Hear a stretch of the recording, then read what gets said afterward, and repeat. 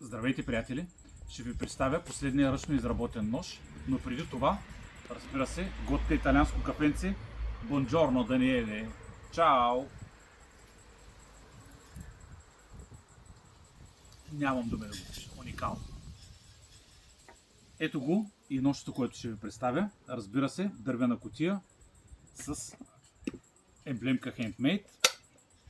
Самото ножче е направено по случай 22-та купа на ЦСК.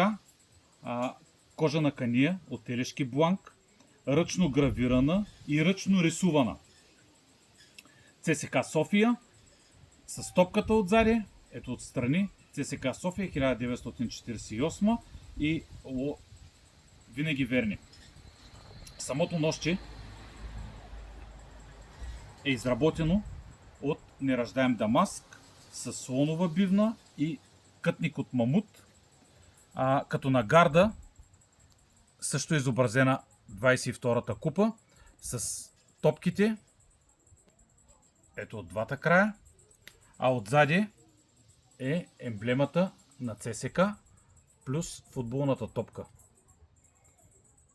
Това е един уникален комплект, направен специално за 22-та купа на ЦСК.